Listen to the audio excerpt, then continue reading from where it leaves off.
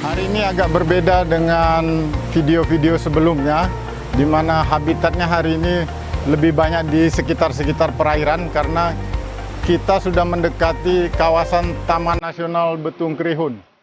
Salah satu akses masuk ke kawasan Taman Nasional Betung Kerihun wilayah barat adalah melalui Sungai Embalo. Dan ini adalah anak Sungai Embalo. Jadi sekitar kurang lebih 2 jam lagi kita akan sampai di batas kawasan Taman Nasional Betung Kerihun. Namun kita akan melihat potensi-potensi tumbuhan apa saja yang bisa dikembangkan untuk tanaman hias di daerah penyangganya. Perjalanan saya hari ini dipandu oleh Mas Ahmad Rindawan selaku Kepala Resort wilayah ini, sekaligus pengendali ekosistem hutan Balai Besar Taman Nasional Betung Kerihun dan Danau Sentarum di Kabupaten Kapuas Hulu, Provinsi Kalimantan Barat. Perkenalkan, saya Ahmad Rindawan. Saya merupakan pengendali ekosistem hutan atau PEH di kantor Balai Besar Taman Nasional Betung Kerihun dan Danau Sentarum. Saat ini saya menjabat sebagai Kepala Resort. Kita berada di jalur menuju kawasan Taman Nasional Betung Kerihun kurang lebih 2 jam.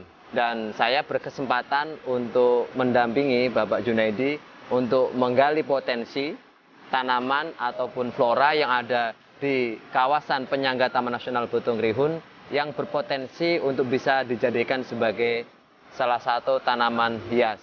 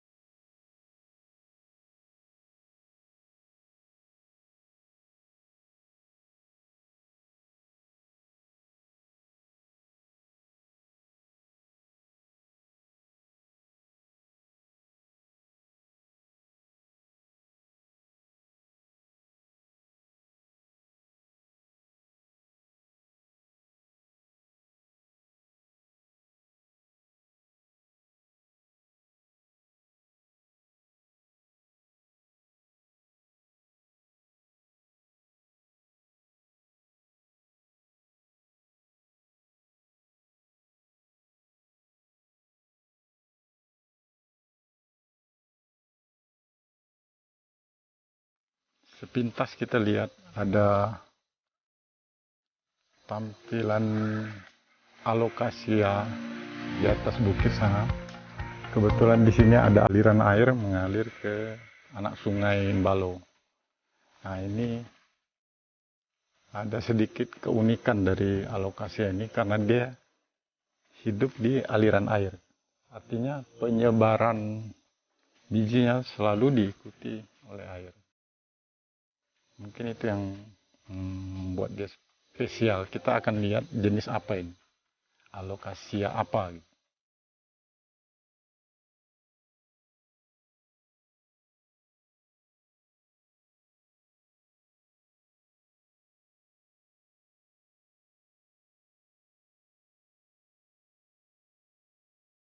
Sekarang pukul 15.55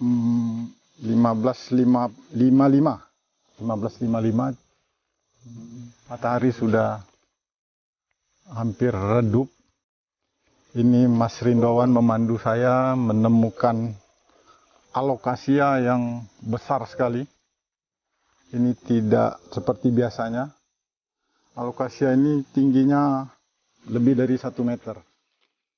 Nah, kalau kita lihat di habitatnya, ini yang spesial karena dia tumbuh di aliran air. Nah, kemudian kalau jenis tanah, melihat jenis tanah di sini, ini tanahnya bukan aluvial lagi, tapi potsolik merah kuning. Nah, ini tanah potsolik merah kuning. Jadi ada campuran kerikilnya. Beda seperti alokasia nebula yang sebelumnya, itu tanah aluvial. Ketinggian tempatnya ini sudah di atas 100 meter. Jadi sudah 123 meter dari permukaan laut. Jadi wajar kalau jenis tanah untuk habitat dari alokasia ini sudah berbeda karena jenis tanah dan tipe ekosistem di sini sudah berbeda juga. Nah, yang menandakan ciri dari alokasia pertama, daunnya mengarah ke atas. Jadi tegak ke atas, bukan menjulur ke bawah, melengkung ke bawah begini. Tapi ke atas, itu ciri khas alokasia. Kemudian umbinya menyamping. Ini umbinya. Jadi tidak nancap. Nah, betul kan? Iya. Jadi umbinya menyamping. Tidak menancap ke tanah. Itu ciri khas alokasia.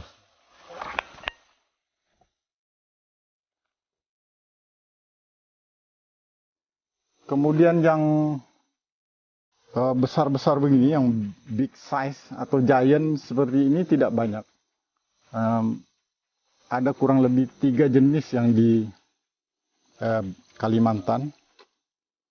Yang satu ini kita belum identifikasi.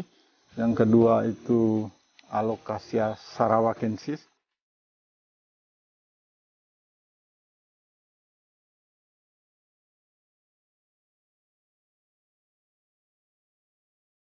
Kalau melihat warna daun, mirip sekali dengan Alokasia invernalis. Warnanya hijau gelap, tapi dari segi ukuran itu yang membedakan. Ini tingginya bisa sampai 1 meter atau lebih, sedangkan invernalis hanya puluhan senti. Nah, itu yang meragukan bahwa walaupun warna daunnya menyerupai, tetapi ini bukan invernalis.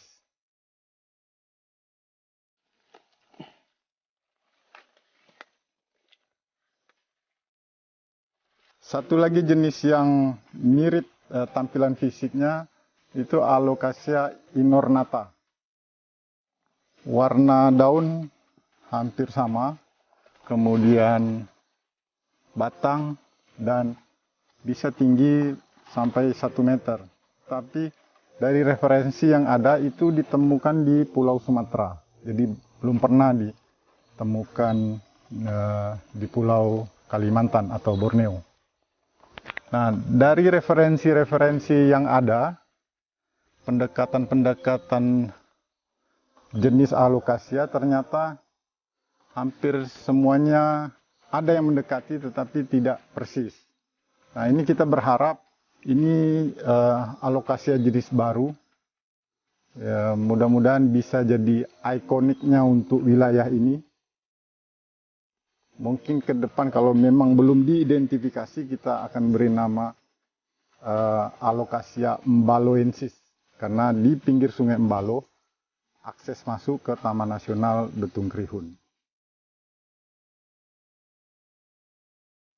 Melihat habitatnya di sini, bahwa dia tumbuh di aliran air, sehingga dalam budidayanya sebagai tanaman hias itu potensial untuk ditanam di taman-taman sekitar rumah, atau ada kolam-kolam yang berair, ini potensial.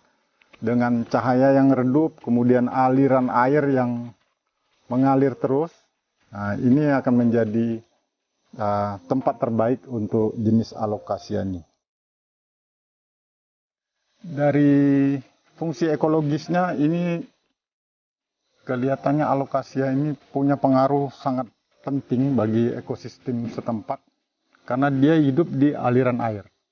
Artinya kalau kondisi hutan di atasnya masih stabil, aliran air tetap ada, maka alokasia ini akan hidup.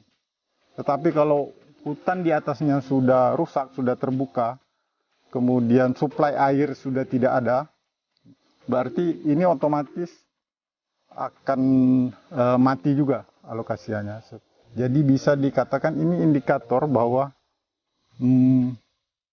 hutan di atasnya masih berfungsi baik sehingga dapat menyuplai air ke anak-anak sungai di sekitar Sungai Embaluh ini. Kita yakin bahwa jenis alokasia di alamnya masih banyak yang belum teridentifikasi karena hutan Kalimantan masih cukup terjaga, masih luas, masih banyak potensi yang belum terpublikasikan, sehingga kita harap jenis-jenis ini masih tetap terjaga di habitatnya, sehingga bisa memberikan fungsi ekologis dan fungsi manfaat yang lebih baik untuk generasi mendatang. Harapannya semoga jenis alokasia ini dapat tetap lestari di alamnya sehingga dapat mendukung manajemen konservasi dari plasma nutfah yang ada di sekitar kawasan Taman Nasional Petung Rihun.